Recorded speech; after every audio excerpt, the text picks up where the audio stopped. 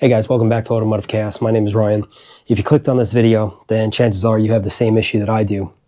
And there's a part on your project car that you either cannot find or is potentially difficult to duplicate. Even if you can find a parts car, a lot of times, especially on the car that I'm working on, which is a 1956 Chevy, this area around the A-pillar and the cowl where it goes around the windshield is one of the spots that these cars typically rot out in. So most of the time, even if you were to find a donor car that you could cut this panel out of, chances are it's probably rotted out of that car as well, especially if it's being listed as a parts car or something similar. So that is going to be the plan for today. All right, so I'm going to start by cleaning all inside this channel, probably hit it with a scraper, maybe a wire wheel, make sure that there's nothing hidden under the remnants of the windshield gasket. And once we know that we've uncovered the majority of the rot,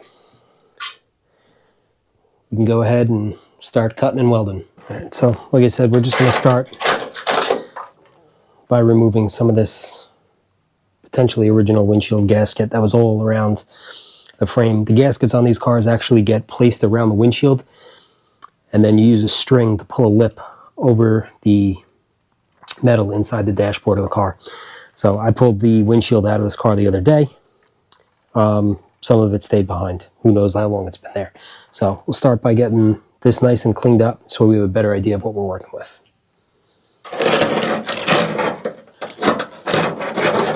And parts like this is sometimes where the project can take an ugly turn. You might uncover something that was covered up by the gasket or some sort of sealant or silicone that maybe looked like it was decent when the glass was in the car. And once you really start to peel back the layers, you might find more damage. But in my opinion, it's very important to make sure that you really uncover everything underneath here. Not only for when you go to paint the vehicle, but if you're doing all this work to remedy this type of damage, you want to make sure that you got it all. You don't want something potentially covered up.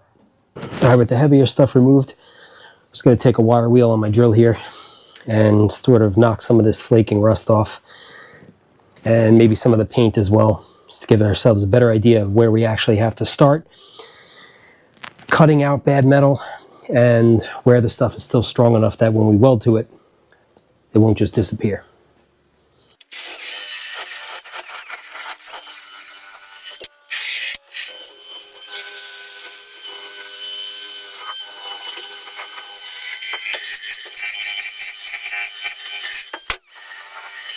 This right here was a perfect example. So it was just that small little pinhole and maybe a portion of that. And even hitting it with something as soft as that wire wheel,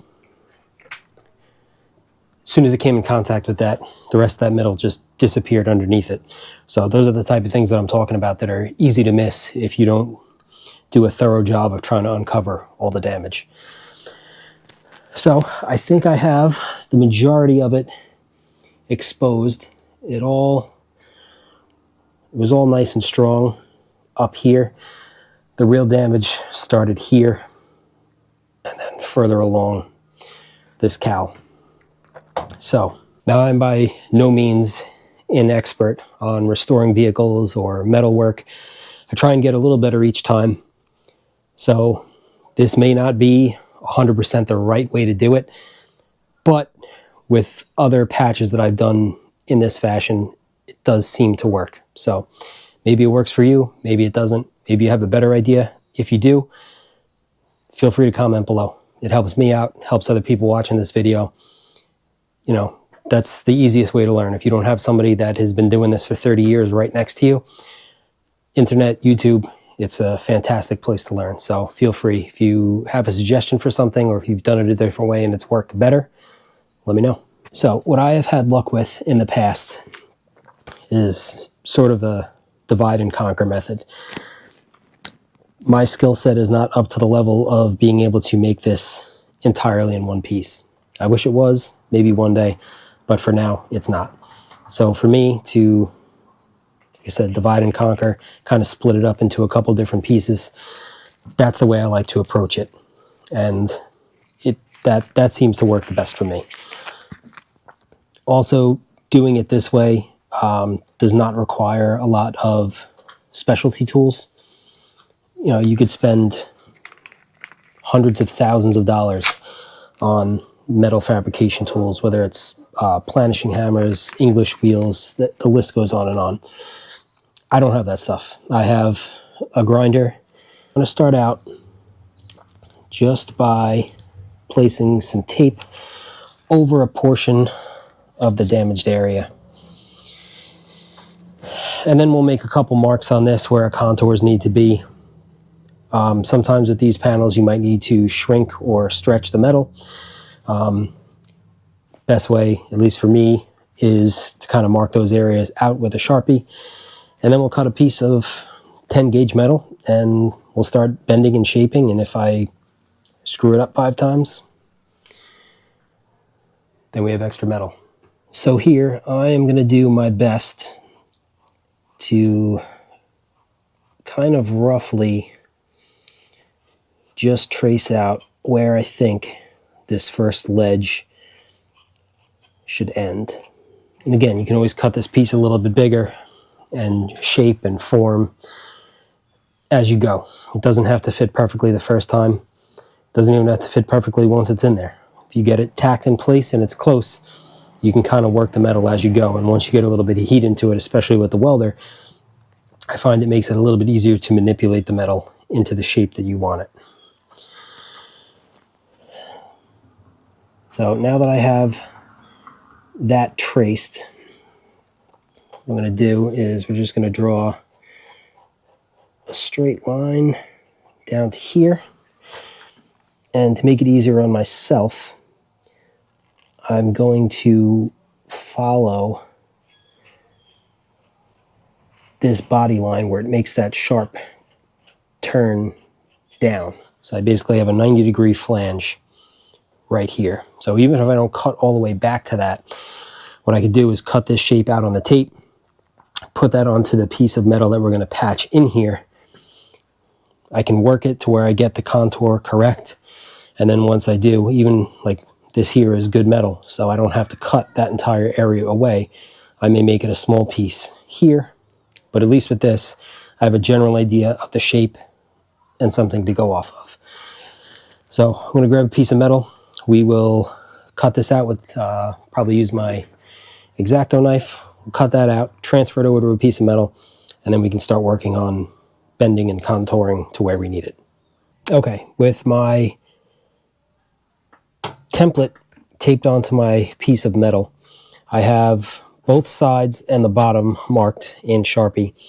And what I'm going to do along the top is I'm actually just going to use my compass here, and I'm going to scribe a line and leave myself probably about 1/4 of an inch on top. So I'm actually going to cut the piece a little bit larger than what it is, or than the piece that I actually traced out. And that's just so we can kind of bend that edge up a little bit to start that first curve. Now, even if it's much longer than it needs to be, as long as the shape is correct, you can go back later after this piece is welded in and you can trim it so you have a good guideline on where to start your second piece. And to make that just a little bit easier, I am going to use my marker almost as layout fluid, which I should actually get some layout fluid because it would make this process a little bit easier. But with this colored in like this, once I run the scribe along, it should give me a line that's pretty visible and easy to cut along. So just take this and we'll follow the line on the tape as best we can. Might be a little difficult to see, but it is there, and that'll give us something to work with. So I'm going to cut this out, and then we can start fitting it up, and I'm sure this is going to need a ton of trimming and possibly even a second piece to get it correct. But this is a bit of a learning curve for me as well. But first place that I want to try and bend is going to be this inside corner here. So that starts height-wise about where I made my mark. And then it looks like it starts to curve upward right about there. Make another mark there. So this one has to get contoured in. I'm actually going to mark the back of that metal as well, at least for the way that I'm going to attempt to do it. And then it's sort of a, so that curve actually kind of follows along here, but like I said before, this kind of below this line all looks like decent metal. I think once we cut this rotted portion away, we'll actually be able to use some of this. So I don't have to necessarily make this entire panel curve to fit in this area here, but at the very least I have to start, because that's really where the bad metal starts, and it's right on that contour. So that's going to have to get curved a good amount, and then from there it's still a curvature up to about that line, pretty much right there. So once we have the shape wrapping around the windshield, then we'll be able to work on bending this lip up to meet this second piece here. It's probably a little difficult to see the actual contours of the metal, and to be honest with you, it's a little bit difficult for me to try and keep track of where they are. So there might be multiple attempts for this, but start is place this on my dolly that I have held in the vise here, just roughly where I think that curve needs to start. And we're going to need a different set of clamps, or I might just have to hold it, which that looks like that is what's going to happen. So I'm going to attempt to start forming this metal with a nylon tipped hammer. Now I don't know how well it's going to work because I don't really have this clamped into a vise, so it's probably going to, even regardless of how hard I'm holding it, it's going to want to bend that piece down. But I'm hoping that if I just work at it slowly, that will start to get the shape in there. So try repositioning this. Some of the other metal shaping channels that I like to watch, one of them is Make It Custom, and he actually sells a nylon tipped hammer. It's about 200 bucks, and as much as I would like to get it and start practicing with it, with the amount of money that I've already spent on this car, I opted for the $30 Amazon one, which probably is not strong enough to bend this metal either the way that I want or as quickly as I want. But sometimes you have to work with what you have. So we're going to continue trying to get this into the shape that we want it.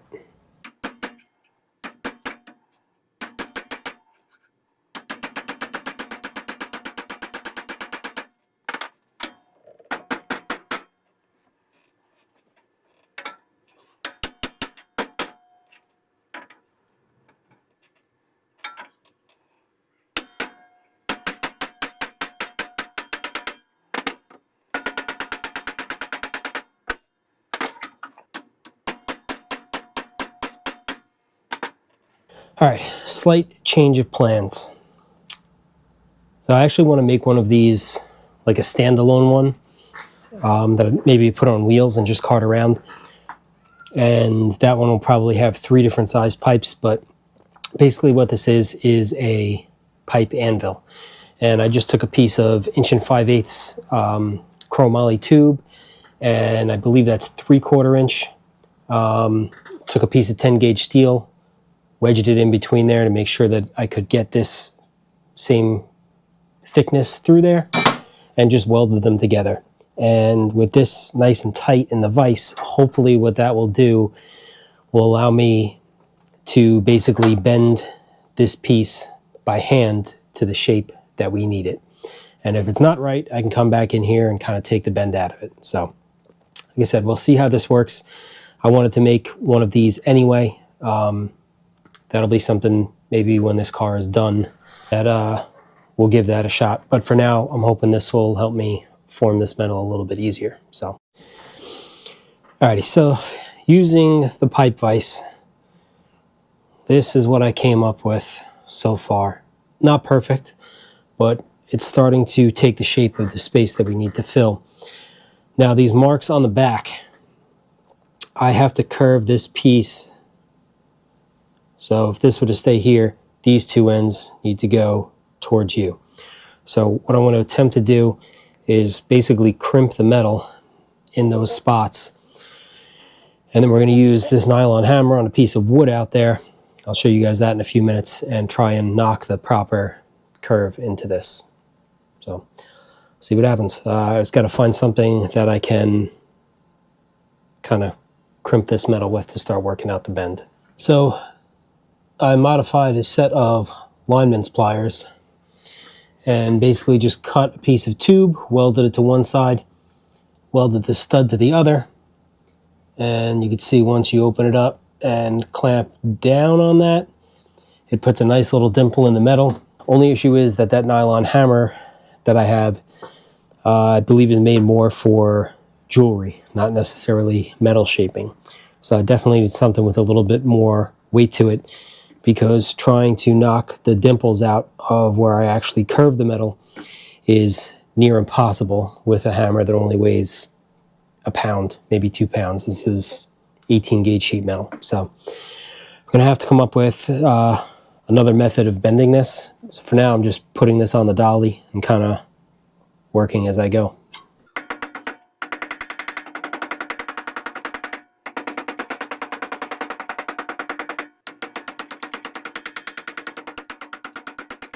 So that's where we are right now. Still not super happy with this. I think it's a combination of inexperience and not really having the correct tools. But either way, I think I might scrap this piece and start over, come up with a different method. Like I said, I'm not totally happy with how this came out so far. So might go back to the drawing board. I'm going to sit and ponder for a little bit and come back when I figure something out. All right, so a decision was made, and I'm going to try and work with what I have here. Basically, we're just going to tack it in place, get as much strength in there as we can, and then we'll slowly work on forming the shape as we go. And worst case, I cut it out and we start over.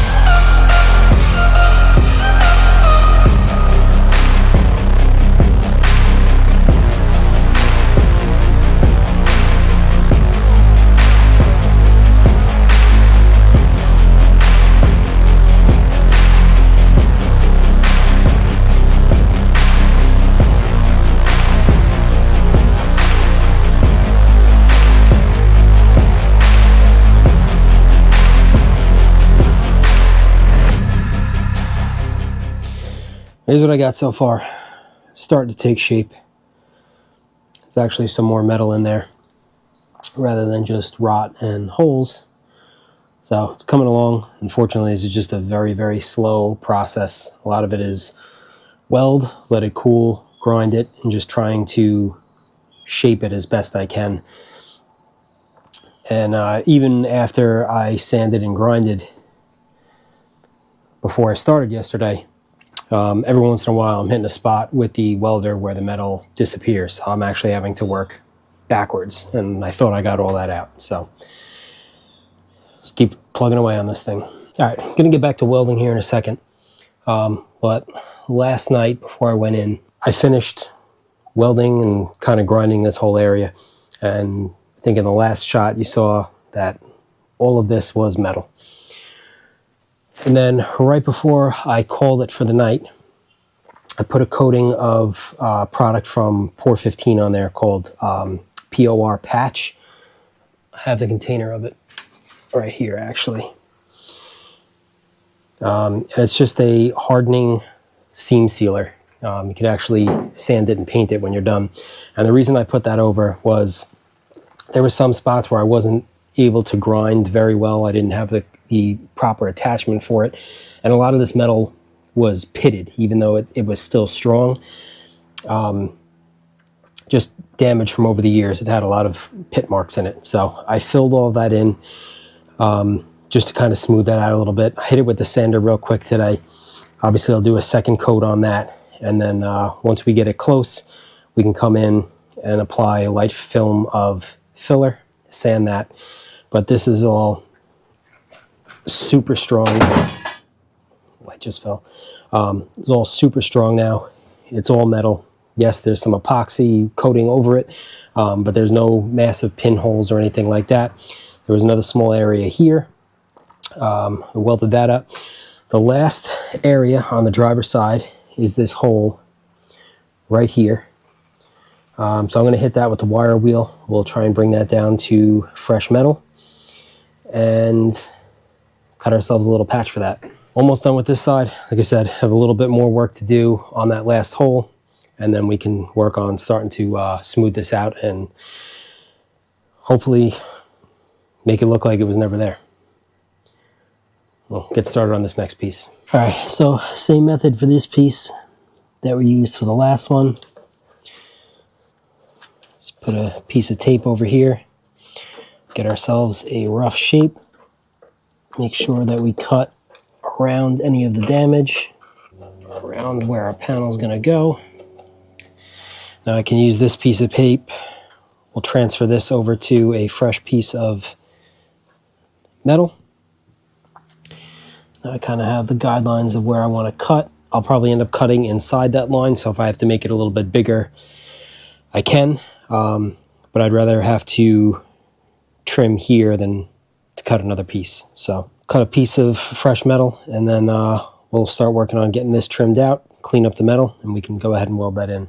All right, so with our piece traced out, just going to put a rough kind of line on this where I need that bent. And now we will work on bending this lip down to meet the contour of this panel. Bent that up. It's close enough for me to work with it. So now I'm going to go ahead and we'll just knock this old piece out, clean up either side, and start fitting this into weld. All right, so burn that little patch in. Let that cool off a little bit. We'll grind that, start to shape it, and then we can call the driver's side done. Getting there. You actually notice there's a small little pinhole right to the right of that patch as well that I have to take care of as well. But I'll let this cool down a little bit, and then hopefully that should look like there was never a hole there. All right, last piece on this side is done.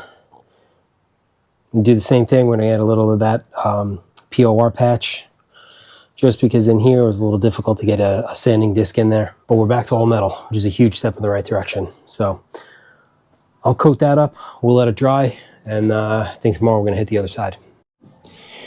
Okay, so where we left it off last, I'd applied that Pour 15 patch to some of the areas where I wasn't able to sand completely. But this is all metal, nice and solid. So the next step is going to be to apply a very thin layer of filler to take care of some of these pitting marks that are in here, and to kind of smooth out this area here where we had to shape the metal a little bit because it's not perfect. Just the way it is. This car is not going to be some Barrett Jackson restoration. This is going to be something you can hop in, drive around, and hopefully nothing happens to it. But if it does, you're not going to be out, you know, $100,000. This is going to be a driver that hopefully I'll be able to enjoy. So with that being said, we got to start smoothing this out a little bit, and hopefully this thing will be ready for a coat of paint soon. All right, so I'm using Evercoat body filler. We're gonna stir that up a little bit because it's been sitting a while, and then we're gonna mix that 50-to-1 on our scale right here. And then I'm gonna just use my scrap piece of cardboard. We're not doing a big piece, and it's only gonna be one section. So we'll mix it on the cardboard. 50-to-1 is the ratio. Once I stir it up, place it on the scale. Like I said, put a little bit on there, mix it with the hardener in the correct ratio, and then we can go ahead and apply. I have my 2 spreader knives already cleaned and prepped, ready to go. And that's just because once you mix this stuff, you're kind of on the clock as to when this stuff sets and hardens. So I'm going to mix this up, and then we can start applying. All right, so I have my scale zeroed out. You want to make sure that whatever you're mixing this on is also taken into consideration so your mixture is not off too much. So have that zeroed out, and start laying a little bit of filler on there. All right, so I have my scale set to grams. We have 30.2 grams, so I'm going to aim to get this around like 30.6. That should be close enough. So just take my hardener, we'll add that till the scale gets that number, and then we can mix up and apply. I have been trying to watch as many videos as I can to learn as much as I can, so this hopefully goes smoothly. One thing that I have seen a number of people recommend is that for your hardener, especially if it's been sitting for a while, you want to make sure that you kind of knead it inside this container, because it tends to get a little bit watery and separate if it sits for a while. And that first squeeze, sometimes you can get pure liquid. So I'm going to do my best to mix this up as best as I can, and then we'll go ahead and add it to the scale. All right, so I mixed that as good as I possibly could. It's all one nice uniform color. Whatever filler product you are using, there will be information on the container itself that will tell you how long you have to work with this stuff. This, depending upon the humidity, is about 5 to 6 minutes, so not a lot of time to really work with this. And actually, I waited too long because this is already hardened up. Apparently I had less time than I thought. We'll mix some more. All right, so I got the first layer on. I ended up only mixing like 15 grams of filler. And I put it on right away, obviously, because the first one took too long to mix. So yeah, applied this. I hit it with 80 and then 180 real quick. Still a couple more spots that I have to hit, but I think I'm going to go over this one more time with the sandpaper, and then I'll just throw a quick coat of primer on it to kind of see where we are, what other spots need touch up. The goal with this right now is just to get it close. And I forgot to mention before, so the primer that we applied the Bondo to was epoxy primer. And this whole area, all of that pitting was also treated with rust preventative. So everything should be sealed, and the epoxy primer does a good job of keeping all of that in and not letting it to show up through bodywork or paint. But even after this car, I'm going to end up doing the entire car in epoxy primer. After we get the car in epoxy, I'll go through, do the body work, and then we're going to end up doing high build over that. So there's still a couple more layers of body work and filler that are going to be done to this car. But this is much improved over what we started with. So I'll keep in this with some sandpaper, basically just using a small block like this, hook and loop Velcro. Like I said, started at 80, went to 180. And then once we go through the final body work on this car, any small imperfections will hopefully be taken care of with high build, and if need be, a very thin layer of filler after that. So I'll keep at it.